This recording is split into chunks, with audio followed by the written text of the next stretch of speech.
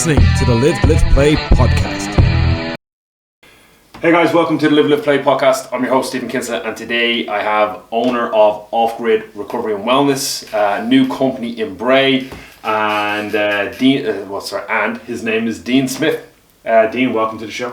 Thank you, my man. I appreciate you bringing me on board. Yeah, so for people, so firstly, I got a message from you a while back through my gym page that you've opened this new place. Do you want to come down and have a try? And I was like, free sauna.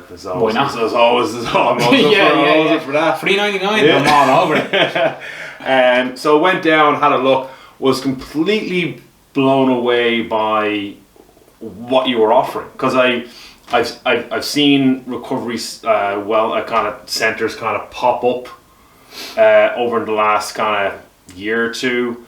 I've never really seen something that's been really inviting, and normally it's more, I suppose, clinical looking. Yeah. What I've seen just from online, from what people I know have gone to, but yours, as soon as you walk in, it's warm, it's welcome, and you've made some like big changes since. Oh, for sure. Yeah, for sure. So for people that don't know it yet, like, what does Off-Grid offer for anyone that wants to try it? I suppose like the big kind of the premise that we're pushing at the moment, and it's first of its kind in the country essentially, is private infrared saunas and more so private contrast therapy sessions. So I've kind of seen a massive influx of people spending a lot more time in the water throughout the whole COVID situation, which is an amazing thing, because I feel like it's something we have on our doorstep that is pushing people to a certain limit and helping them build that kind of strength within themselves. So I only recently came back to Ireland from living abroad, and when I was looking for this kind of similar setup to what I had experienced when I was living abroad, I just couldn't find it. Like you said, I had spent some time popping around to different places that were a bit more clinical. I found that a lot of the guys who set these places up were kind of have backgrounds of like health and fitness, or kind of like physiotherapy and stuff like that. So they had taken a lot of that into it, which was practical, functional, but it didn't suit everybody. So I kind of created Off-Grid to be much more like unique, stylish, but also beneficial for people. So the main reason it was set up, or the main goal, was to give people therapeutic benefits to hot and cold. So everything with Off-Grid is essentially private. Look, don't get me wrong, I think there's a place in the world for everything that people are doing. I just wanted to go down a bit of a different route. I wanted people to feel like that when they come in. They're like, oh, this is something unique, it's something different, it's eye-catching. And that's the experience I had. And one of the things, like, because I need headspace. And I used to do, I still do, I don't do as much, but I used to do the water a lot, go down first thing in the morning, go for a dip. And in all fairness, because of there's so many people down there, it's not headspace anymore for me. So I stopped doing it, and I do it rarely, and I go to more isolated areas. Like I love doing it in Glendalough, or I'll go to the other end of Bray. I'll go like to Killiney White Rock at specific times, because I know there's going to be very few people there. But then obviously when I went down, I was like, I got an hour to myself in a room, got to sweat, got to get in cold, got to do the things I really like to do, and just clear the head. So I think a good thing, like, and I don't know if the name is part of it, but Off-Grid is off the grid. It's that's the whole premise was to create something that was off the grid. Was like for a long time, it's been my lifestyle has been trying to kind of move into a position where I'm away from everything, and I'm a little bit switched off and a little bit detached from as much as is going on, or as much as you can make yourself detached from circumstances around you. So it kind of really resonated with me. With the name just clicked. Funny enough, I actually used to own like a small barbershop, and the barbershop was called Off-Grid Studios. Okay. But when we folded the barbershop, it was always like Off-Grid was always going to stay. So that was something that I really wanted to push forward with. And when we created Off-Grid Recovery and Wellness, the recovery and wellness side is more so just kind of tightening up what we do.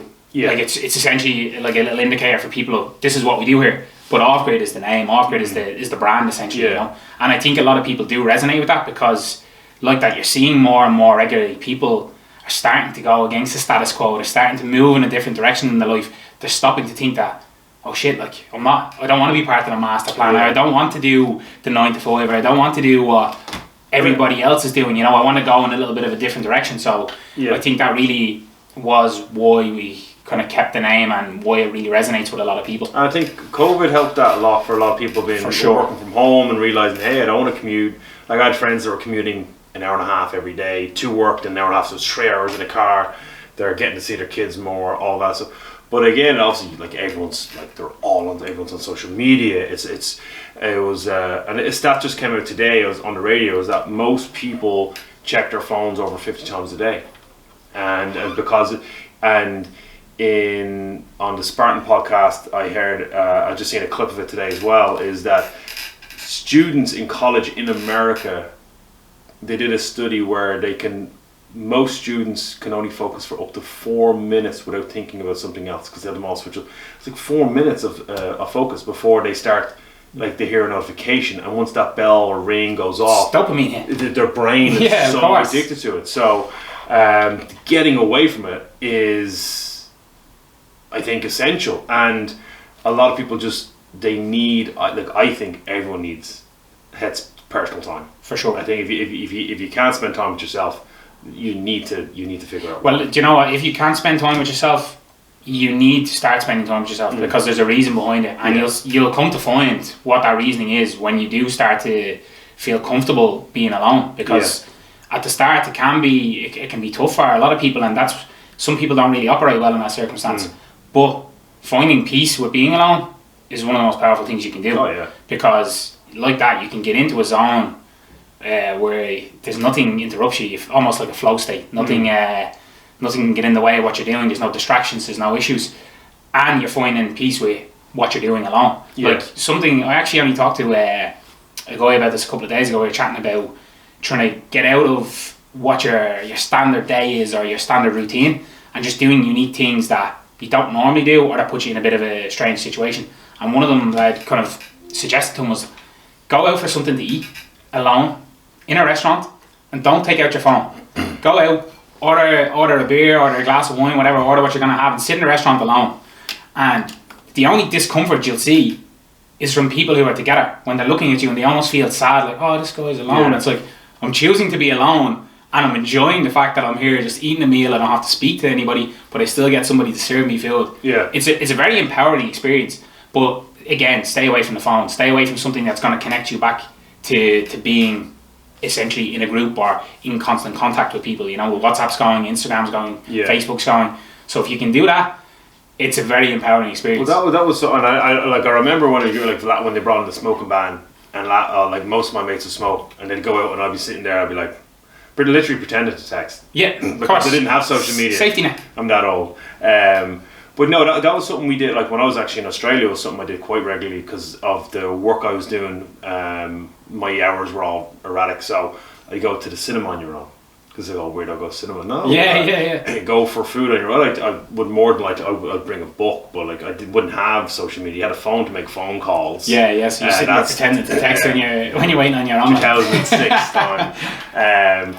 But yeah, doing that, and I've said that to people about, have you ever just like gone cinema and gone for food on your own, or gone and sit somewhere on your own? And no, couldn't do that. I was like, that's the thing. You need to understand. There's an underlying situation. You need to understand that there's something there. You need to deal with that, like you said, and because that is eating away with you somewhere in life, and finding that time to, just that headspace you need, and then the thoughts that you're trying to avoid will start coming in, but then who knows, you might start dealing with them, start addressing them, and then because you will, once you start getting through all that, you're going to be a happier person.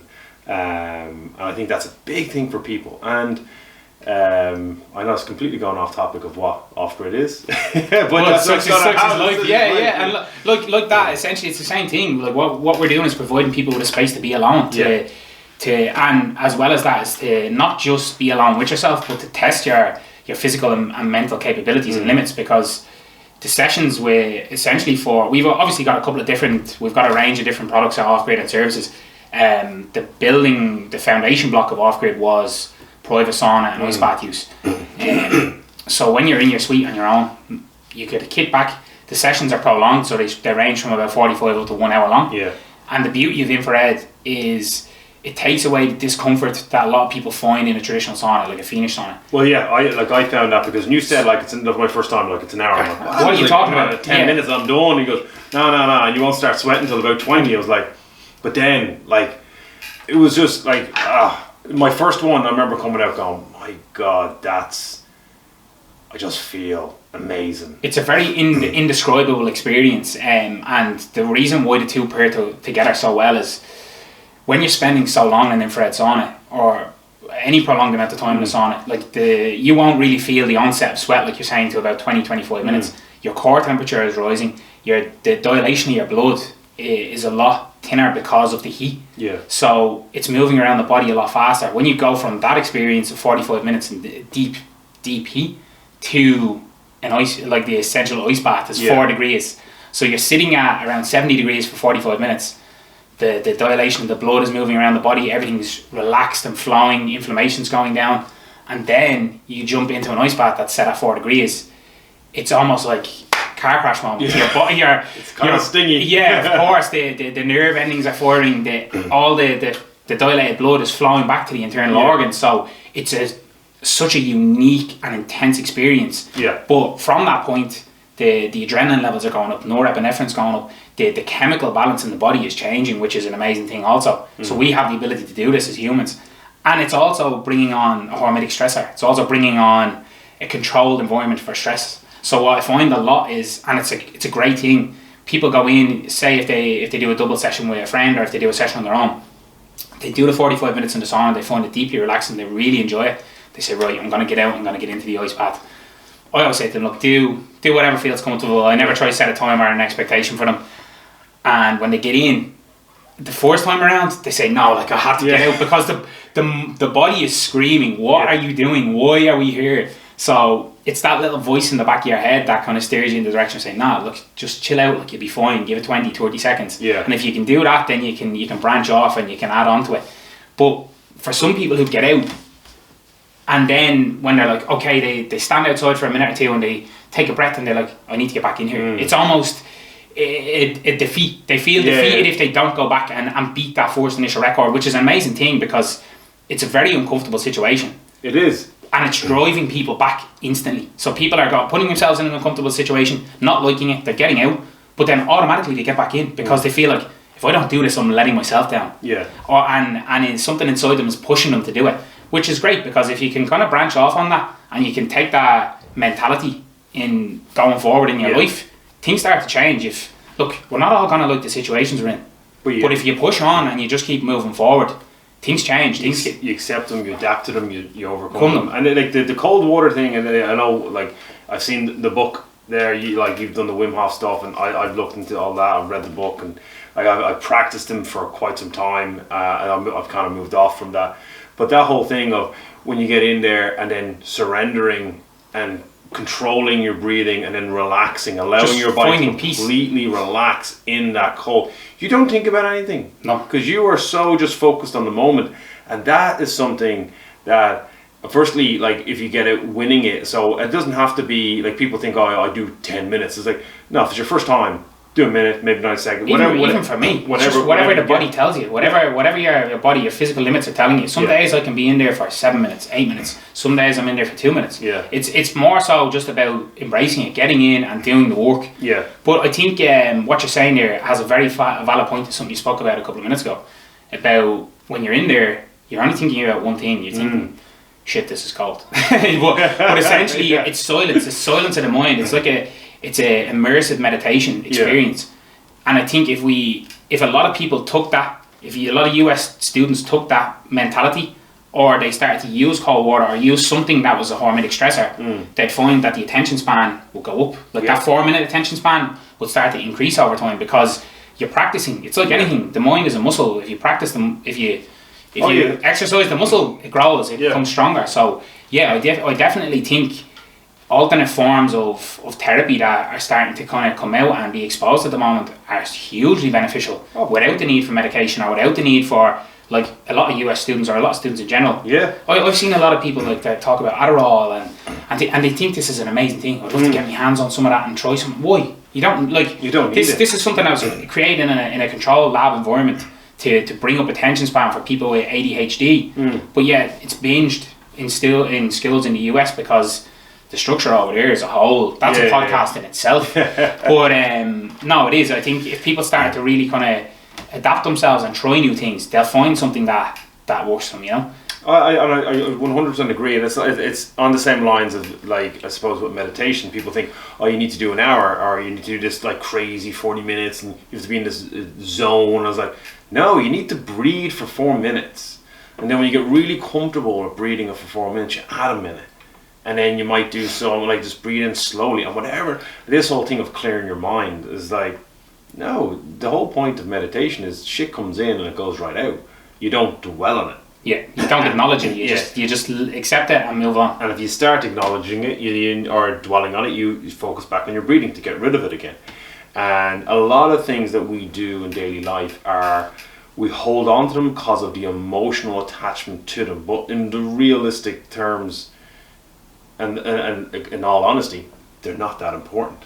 Like, shit happens, like, all the time at FSM, at home. And it's the emotional trigger that holds you to it. Of course. When you actually go a step back, actually, that's how I feel about that, and I don't need to feel that way because that's what's happened. Let's assess it. Let's move on from it, and then you start to build that. And I think breathing, the cold. And personally, I think doing the cold therapy work for me years ago, and it's still doing today, is one of the big things. I know if I'm having a shitty week or shitty day.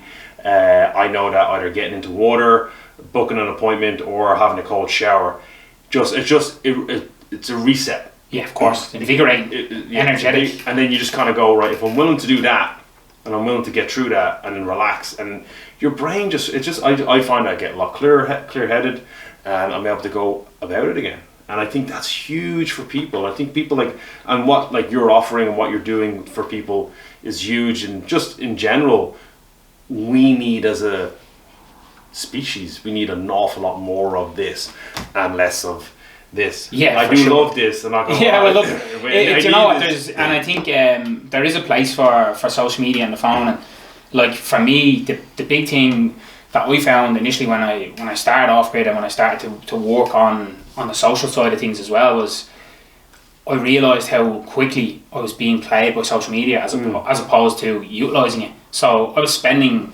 an unprecedented amount of time on my own personal social medias. Yeah. Like that, yeah. It's constant gratification. It's constant. It's imagery. It's like it's designed to make you stay there. Yeah. But one of the big pushes for me was like I just kind of deleted the personal social media apps from my personal phone. Yeah. And now I'm logged into the social media for work on the work phone. So I have no kind of connection to my own social media. And now I'm making social media work for me as opposed to being operated by the system. Yeah. So it does, I don't think you can be a business in this day and age without having social media on your side. No, you need it, and it's a part. You need a bit of everything, and that's something that I think a lot of guys think that their personal pages is where it all. Like, it depends on if your goal is to be a personal influencer and what you're doing is what you're trying to sell. But if you have a company. I still have a personal Facebook page which I very rarely use. I do the Instagram, but that's for my own, for people to see the podcast. Of course, because I didn't want to start a whole new social media for that. Yeah. I think Instagram kind of really does play that. It plays the umbrella effect on a lot of it. But I think like a big piece of advice that I could give to somebody in terms of the social media side, or somebody that's looking to go out on their own and do their own thing, is you are your brand, but you're also yourself. So keep your personal, and like that, if you are starting out and you're creating a social media for your business, get in front of the camera, be a part of your brand, but then also on the back side of it, when you let that go, you're your own person, you know. And once you can create something that resonates, look, I don't want to be getting in front of the camera all day and talking on the Off-Grid social media. I just want people to see who I am and acknowledge who I am, so that when they do see me, they're like, oh, they feel initially comfortable with you. Because that was something I was finding was a bit was so strange. Like when people initially see me from the get-go in Off-Grid, they chat to me for a minute and then they're like, do you own this place? Yeah. And I'm like, Yeah, I own this place. And a white robe. Yeah, exactly. Yeah. Gliding through the floor. I'm not your average Joe. Like, I don't look like I'm supposed to kind of fit into that situation. So it's a bit of a culture shock for a lot of people when they see somebody like me, a young guy, kind of heavily tattooed, and like, I like to be comfortable in working. I like to wear what represents who I am, and also it's about not creating this structure or system that's consistently in place everywhere you go. This fake kind of, well, it's off grid. I need to be more tree hugger like. Yeah.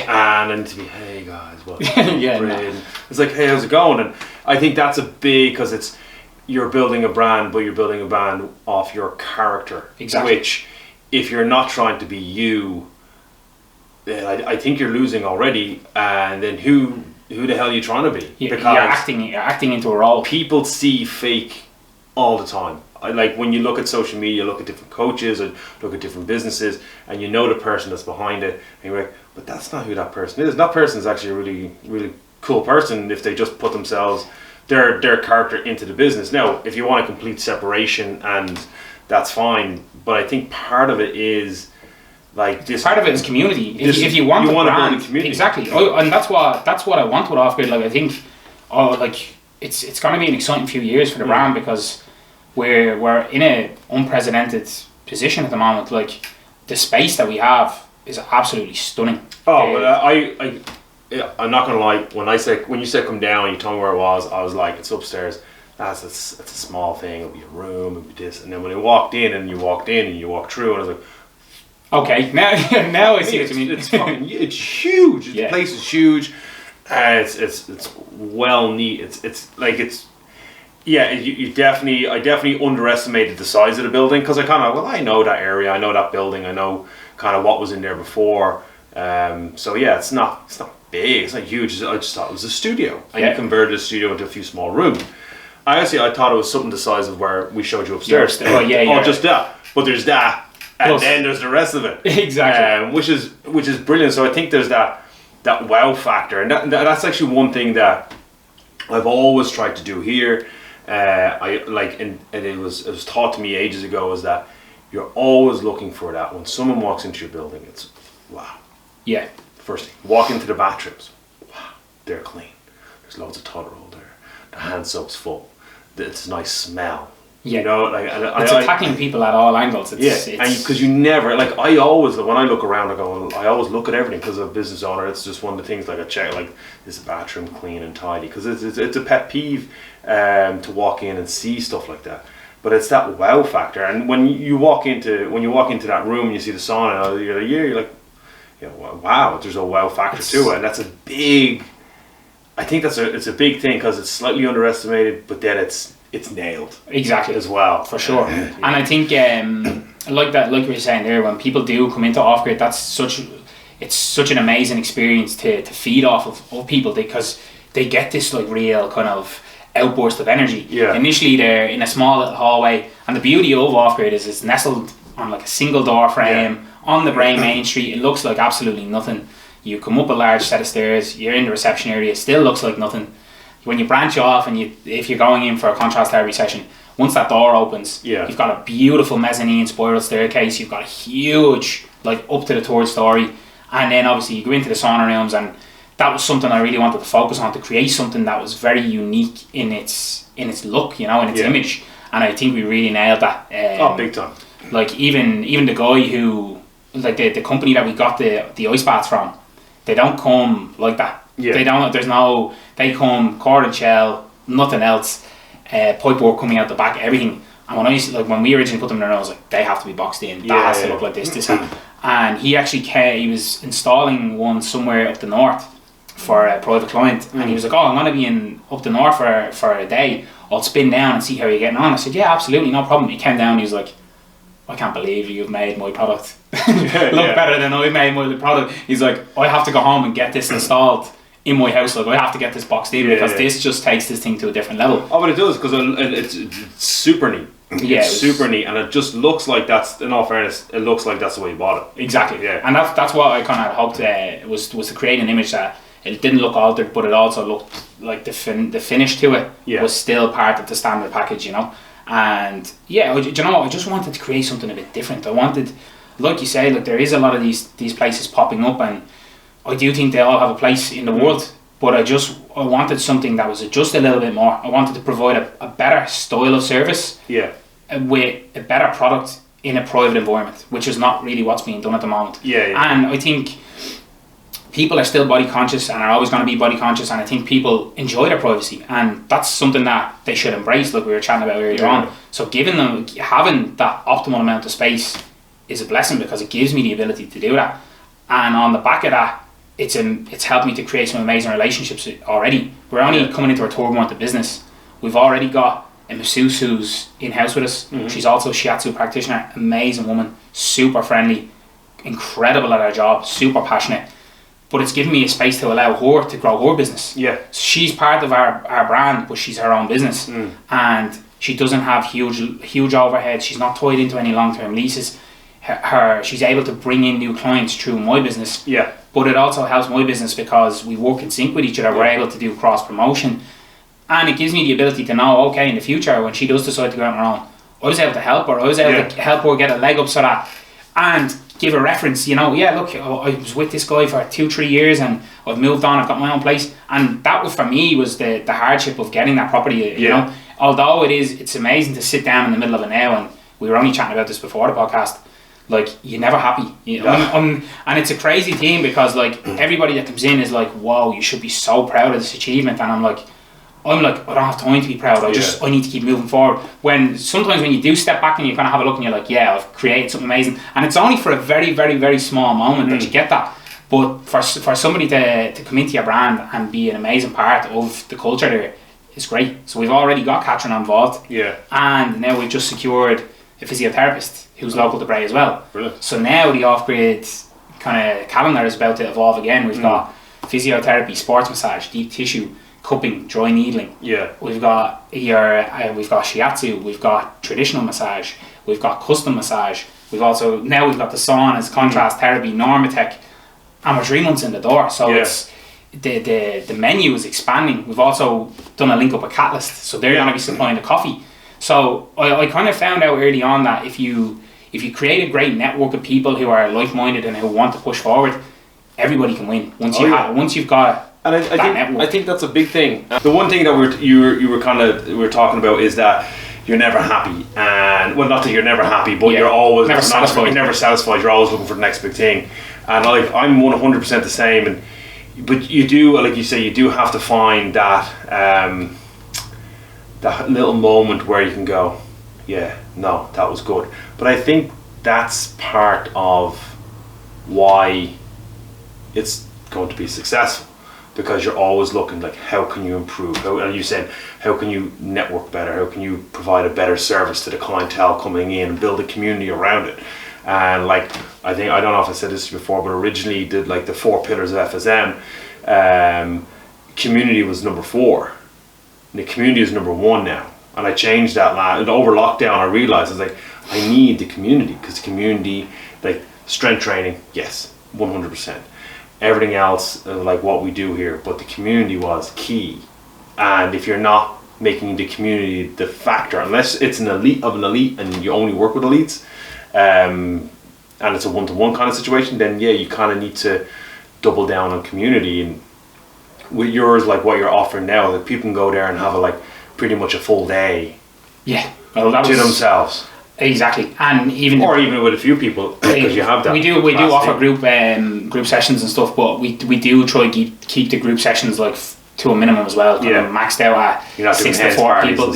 No, but I want to move into the space of like events hosting for private health and wellness events, or for talks. If we can get some speakers in and have the space to do that, and then also for breathwork facilitation and.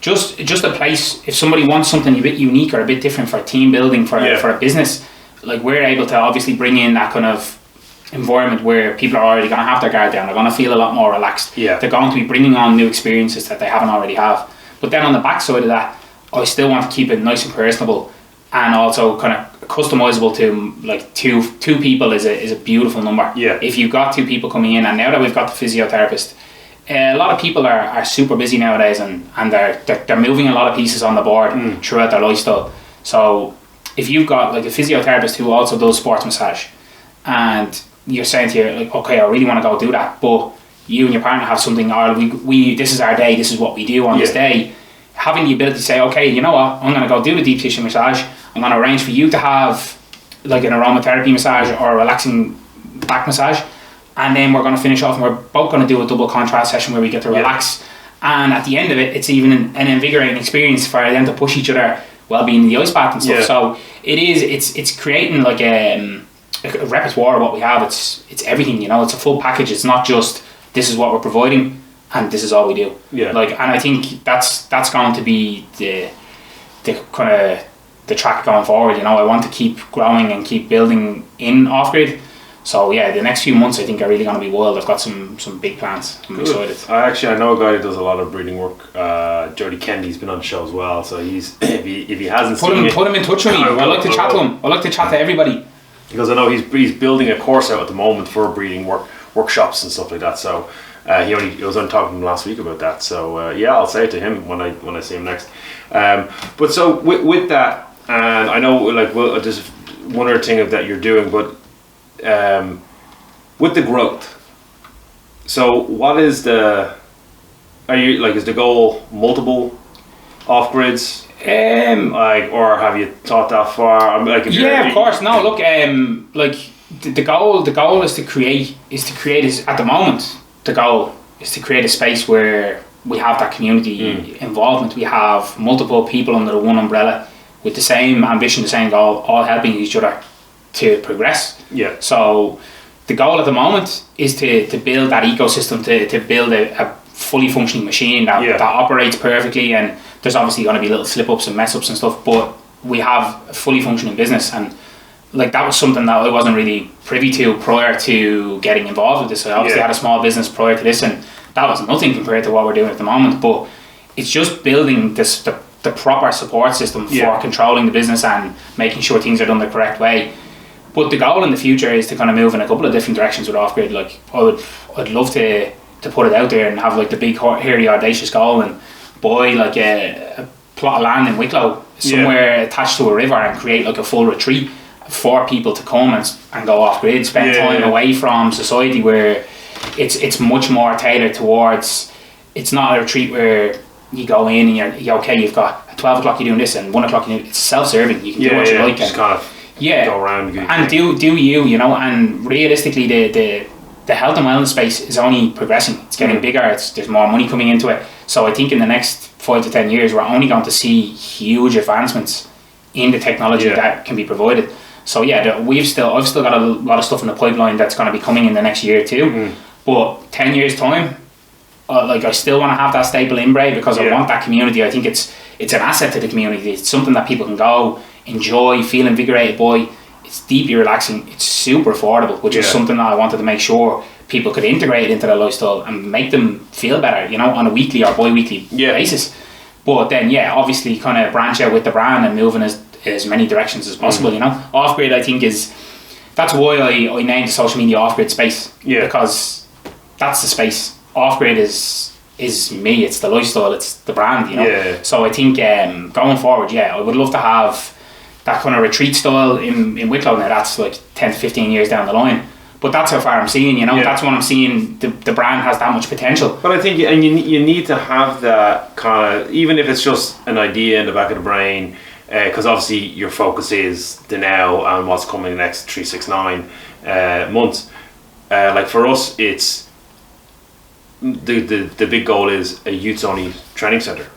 Amazing. Like I just want to have a dedicated training centre that we only deal with youths, because that's where we're driven, that's where I want to move pretty much the company. Like I love working with the adults, I love it, we'll never get rid of it. It's like obviously it's the reason why I opened the place in the first place, but where I see the future, what I want to see, and it could be a whole separate entity of FSM, a branch off of FSM. So there's FSM, then there's FSM Youth. But I would have, because right now we're limited to time frames because we have our adults in, and then our teens and kids are only get limited time. I'd love to give them more, two things happen. I get a second facility, or I get a much bigger facility where I can run concurrent classes. Whichever one comes first is the kind of goal. But that's a long-term goal, like 5 to 10 years down the line. I'm in no rush to get there. Of course. But yeah, like having those kind of goals, like you're in Bray, moving out. The one thing, and you kind of alluded to it, like having slip-ups, is that as you grow, there's more, you're adding another cog. Yeah. And then those cogs, and then things start, and then there would be a point where you would, as the owner / manager, have to remove yourself, which then allows, and I think that's the thing with was it never expect 100%. Yeah, someone of trying course. to do your job. Of course. 80% is good enough, but you'll never be happy with the 80% because you're the creator. And I found that for me personally was a hard thing, stepping back from coaching and then running the business, stepping out of it, like actually running the company rather than being in the company, which was a big thing for me. Because I was the face. Like, because you created it. Yeah, so it's essentially one of your kids. It's something that you spent countless hours on, spent sleepless nights on. The fear, the constant worrying that people don't tend to talk as much about, and that is something that's always in the back of your mind. What if this doesn't come true, or what if we get a sudden drop in memberships, or what if nobody books for 2 weeks? And so they're not, people tend to not talk about that, but that's what creates that kind of iron mindset about your product and about your business and about what you're doing. So like you said, like you giving 100% is giving everything. It's giving, and you know what, the bad thing, or the kind of negative side of that is a lot of what you do in your personal life takes a big toll on the fact that you're giving this 100%. Like I can tell you comfortably now, like my level of fitness went spiked down. Like communication skills with my partner went down because I was so boxed up and I was so stressed and so worried that I was like, what's the point? I'm constantly unloading half the shit on her anyway. So when she's saying, what's like, you're not talking, is everything okay? And you're just like, yeah, it's cool. But in the background you think, fuck me, I'm drowning a little bit here. But you don't want to keep putting stuff on her, because then the pressure mounts even more, because she's thinking, he's going to work stress, he's going home stress. Like, what if this doesn't work? And then that added stress comes back on you again. So I think there is a very fine line that you need to find in terms of business management and business ownership, because you can get ingested by it. And I have to say, for the prior to Off-Grid's opening, I was ingested by it. There was so much that went on pre actually having keys in hand, and so many letdowns and so many ups and downs, and like. But that's part of, like, people think like, oh well, I'm going to avoid all that. If you're opening a company, it's impossible. You're not going to avoid all that. It's acknowledging it. Yeah. It's kind of like, well, I'm in this, and I need to understand, because that happened with us. Like, I was doing every hour that God gave me to try and get the company up and running. Never seen. The only reason I got to see Susan was because she turned up to train 5 to 6 days a week, and that was the only time. And then when we had a kid, and it was the thing that the big one was for me was there was 3 days in a row I didn't see my kid. Yeah, when I had to get up too early before he was up. I got to go into the room when he was sleeping, or if he woke up in the middle of the night, maybe I got to go in and feed him, or settle him down. But there was 3 days where I actually didn't get to see my kid, and I was like, that's it, I can't. So I just went, right, I need to find the people that can help me get out of this. And even at that, me and like Susan, we had a bit of a break, and she calls it the joke. And the reason why we worked it out was because I was so stressed. I was like, you're not doing enough, to her. Yeah. And then I was reading, I'm not putting anything into this. I stepped off because I'm so busy. And because I'm so busy, you need to be supporting me. And she was. But then I was like, well, I'm not supporting you. I'm not in the relationship you are. And then I'm expecting more from you. And I need more leeway. Yeah. I was like, wow. I want everything, and I want to give nothing back in return. Yeah, and I was like, well, you're being a dick. When I came to that conclusion, and we've never been happier. We ended up getting married, and now we have 2 kids. And you know, the acknowledgement is a strong thing that a lot of people. It's very hard to take. And I've only really come around to that myself in the last couple of months, because I was pretty much in the same situation as yourself. Like I was, and with Off-Grid, like having such a large premises, although it is an amazing thing to have, it also adds an exponential amount of overheads and costs to your business, because now something that would have only cost X amount for a small area of space, in order to get the whole thing fabricated or done, costs 3 or 4 times that amount. Yeah. So one of the things I tried to do was curb costs, like by ingesting a lot and doing it myself.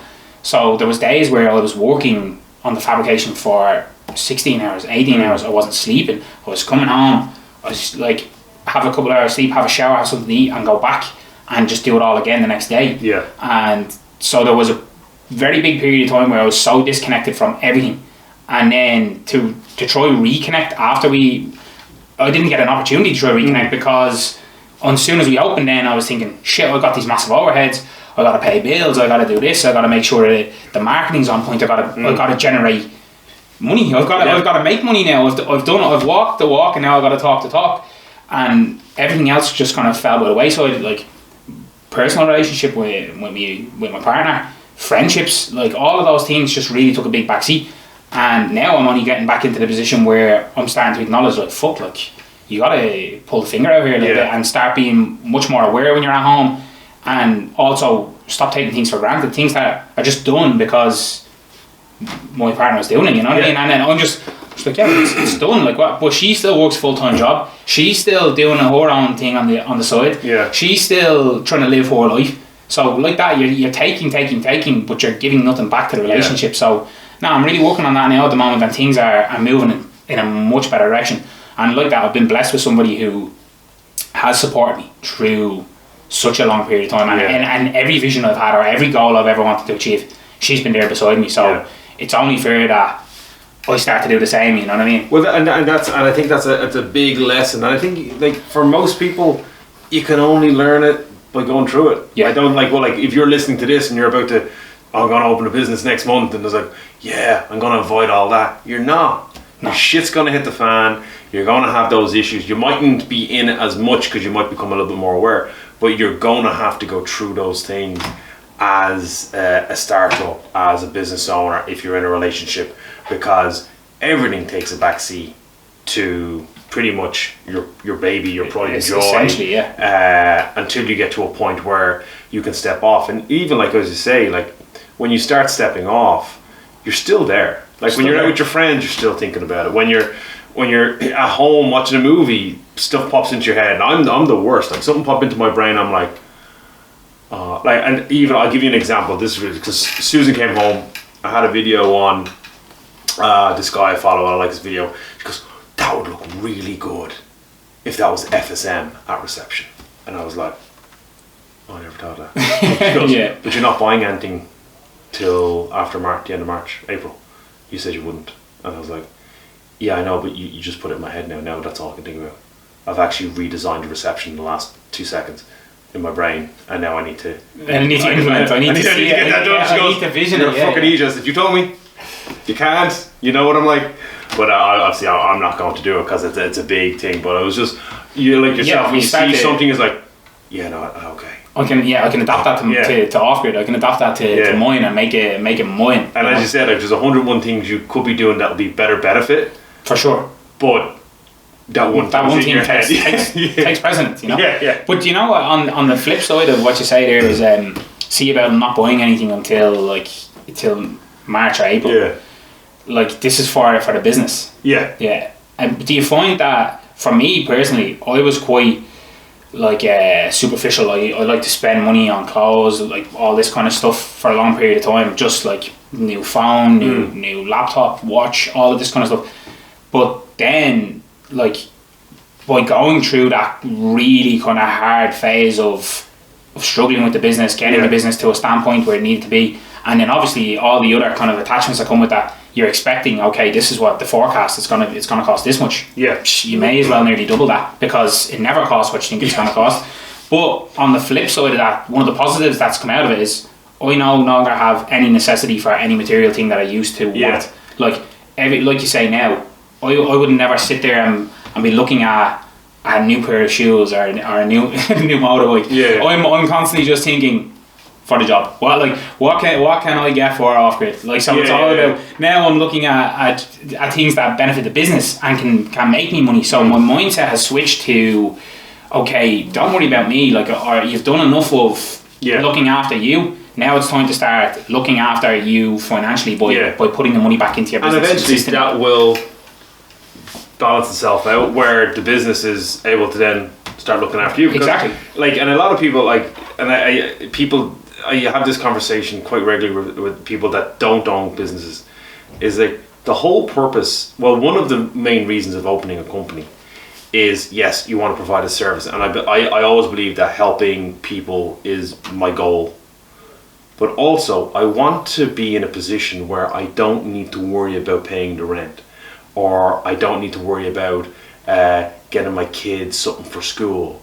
I want to be so financially secure that I can then invest my time into helping more people. Of course. Which is a bigger goal. But if you're like, if you love what you do, you'll never work a day in your life. If you're not getting paid, you're going to eventually resent what you love. And I was there. I had burnout where I did a video for members a few years back, and I recorded it in December, and then I waited a full year before I posted it, because I posted the results afterwards. And I was literally, the video it goes something like this, like, I have my head in my hands before I go downstairs and coach you guys for the next 4 hours. And then when they all seen that, they were like, we only joined, and you're always like, let's go, let's get to it. The energy. I'm a very good actor. You have to turn it on, because if I went down and I showed you exactly where I was, we would have crashed and crumbled. And like, coming out of that was a big thing. But that's but in the company needed to make money. Of course. And as much as I love coaching, I got to a point where I actually resented coaching. I resented the job that I love to do. That's a bad place to be, especially, and I think that happens to a lot of business owners when they start something up and it becomes so overwhelming that they can't get themselves out of it, or they're eventually not making money to live a life where they can enjoy the job again. Because I think there's a roller coaster there that people go through. For sure. But it takes a few years. Like, as people think, oh yeah, I'm going to be a millionaire in a month. No, you're going to have to put in the work and sacrifices and all that. And I think if that's the initial goal, I'm going to be a millionaire. Like, that's the wrong goal. That's the wrong goal. Yeah. And if it is financial security is obviously one of the big goals that everybody is trying to move towards. But you shouldn't cloud the path if you feel like that. I feel very similar in terms of like that. I want to help people. I always want to help people, I put myself in a position to be able to give back to others, to help what they're doing, or if they're stuck in a certain position, whether it be just a conversation or with off-grid, like the kind of sensation that I'm getting from it, or people are giving me back, is that it is helping them, which is a great thing. So having something that you're truly passionate about, whether it be coaching, whether it be me with off-grid, whether it be anything, if you're passionate about serving ice cream, once you're passionate about what you're doing, it's a big factor, because like the 99% of the population go through life kicking and screaming because they're unhappy at work. Then they come home and they're unhappy at home because of work, and it's a hard thing to go through, because I've been there myself. I've been in a position where I was young, I was working in a very good job, of what like society would have deemed to have a great salary and successful, and I was moving up and there was progression available and stuff like that, but I was miserable. I was depressed, because I was like, I hate this job. Every day it was the same route to work, the same drive to work every single morning. I knew when I got to the bend coming into Sandyford, bumper to bumper traffic, and just going in, the pressure you're under in work, for what? To line the pockets of somebody else. And I was like, look, I have more, I know I have more, I can feel it, this burning desire to be better and do better. Like, I don't want to be just punching numbers. And look, don't get me wrong, some people are happy in their job and they're happy to do that. And absolutely, if you are happy to do that, then do you know what, your passion probably isn't for entrepreneurship. You have other passions in your life, which is amazing. But I think people don't understand that. They don't understand that, like, oh well, if you don't, I don't have a passion. I said, everyone has a passion. You mightn't have found it, but it mightn't be a career passion. No. It might not be a transition into something completely different. It could be gardening, swimming, it could be carpentry. It doesn't matter what it is, but you have a passion, and then you have a lifestyle that supports your passion.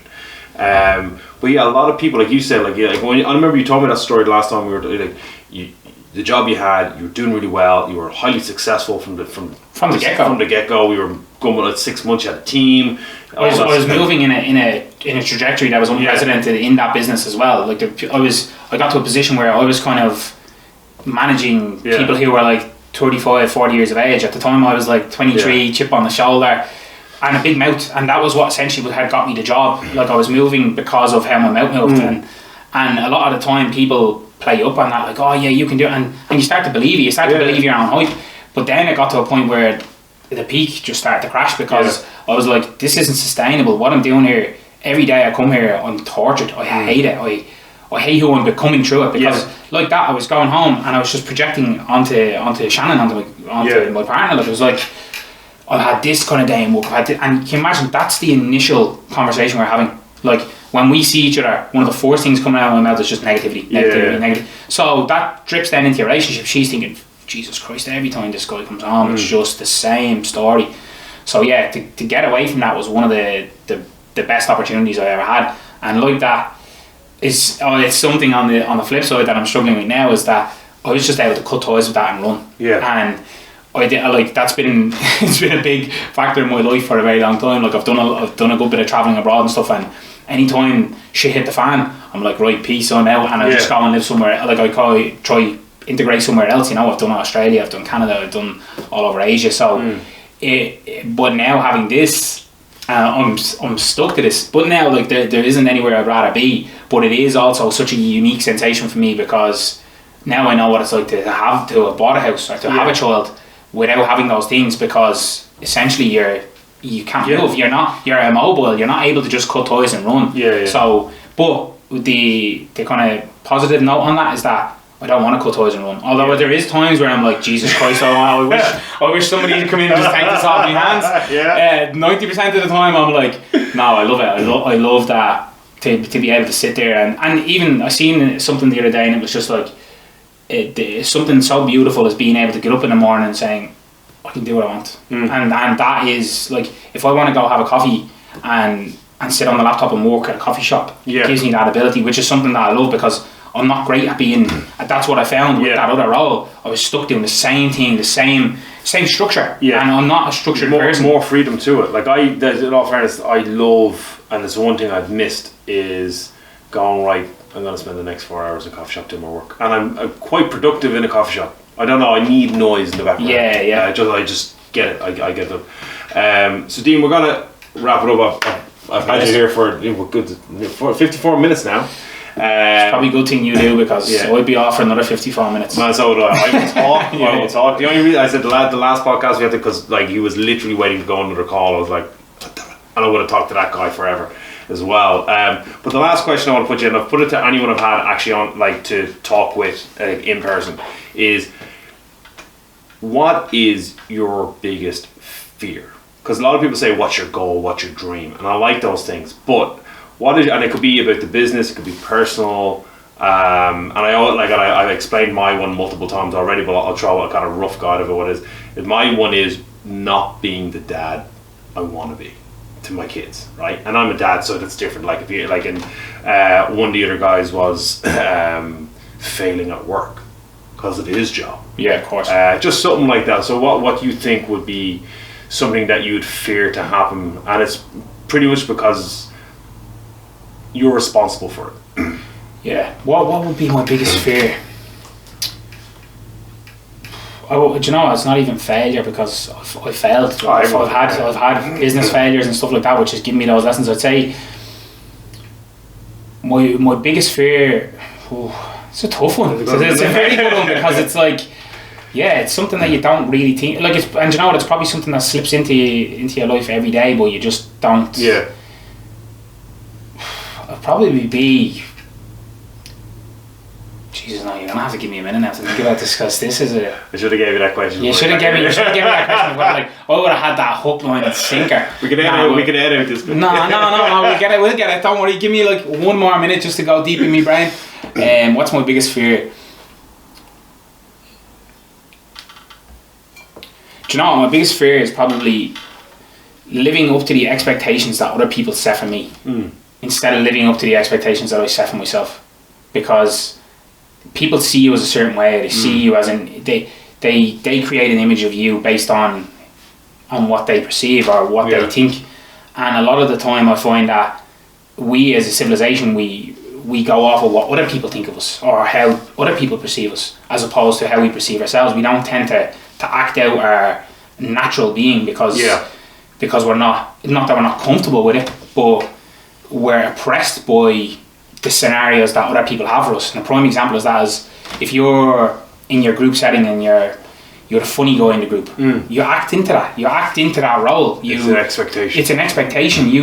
So when you're not being funny, people are like, oh, you're not being a funny guy. So I think for me, it's more about moving in a direction that I have set out this and I'm gonna go for it, as opposed to your own validation. Yeah, as opposed to what other people think of me. Because look, I think not everybody's gonna like it, and that's just a factor in life. And the more time, like more than likely, or most of the time, we kind of play on that. Like, we want people to like us, but if everyone likes you, you're not who you want to be. Exactly. So for me, it's definitely that. Yeah. No, that's it took you a while, but it took me a while. Yeah, I got it out. It was in there somewhere. Yeah. It was in there somewhere. So it's my own personal validation. It's just making sure I'm being true to who I am and not being afraid to speak. And I think that's something that a lot of people do, and being vulnerable and putting themselves out there. They don't do it because they're afraid of their vulnerability, afraid of what people are going to think. Who gives a shit what people are going to think? Because we're all so caught up in our own lives anyway. Exactly. That it only goes in one ear and out the other, and then you're back onto worrying about the things that you worry about in your life, about your mortgage, about your kids, about paying the bills, about paying the rent at FSM or off-grid. So like that, we're not really as important as we think we are to other people. So if you're self-validated and you're pushing forward and only caring what you think, the sky's the limit. There is no limit, That's it. Dean, thank you very much for being on the show. No problem at all. Pleasure. Guys, I'm going to put the links to Off-Grid, the social media. If you haven't, if you don't know it, check it out. Book an appointment, come to Bray, have a coffee. I would appreciate it. Help me pay my bills. Yes. And also I'll give you guys an amazing experience once of a client in Ireland. Yes. So guys, thank you for listening to the show. Don't forget to like and subscribe. It means a lot to me because we're trying to grow this. We're doing a show every week in 2022, and if it goes well, we're going to do it. We're just going to make that continue. I like talking to people like Dean and just having conversations and getting to pick brains, and it's a nice hobby. I love it, and if it could be more than that, it'd be an added aspect to what I do. Amazing. So I am out. See you all.